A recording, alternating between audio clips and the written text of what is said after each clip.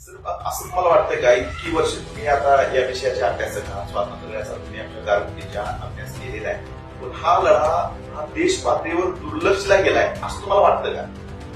कारण सांगतो, 1942 ची जी क्रांती झाली, शेवटची क्रांती ब्रिटिशांच्या विरोधात, महात्मा गांधीजींनी चले जावची घोषणा केली आणि संपूर्ण भारत देश या उठावामध्ये सामील झाला.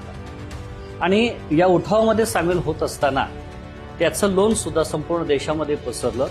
आपल्या कोल्हापूर संस्थानामध्ये सुद्धा त्याचं लोण पसरलेलं होतं. तसं बघितलं तर भारतामध्ये जे पहिले 5 लढे आहेत प्रमुख, त्यातला हा एक महत्वाचा पहिला 5 मधला लढा, क्रांती लढा म्हणून गारगोटीचा उल्लेख केला जातो. 7 आपल्या क्रांतिकारक या आपल्या देशासाठी स्वातंत्र्यासाठी शहीद झाले. खूप मोठी घटना आपल्याला म्हणावं लागेल.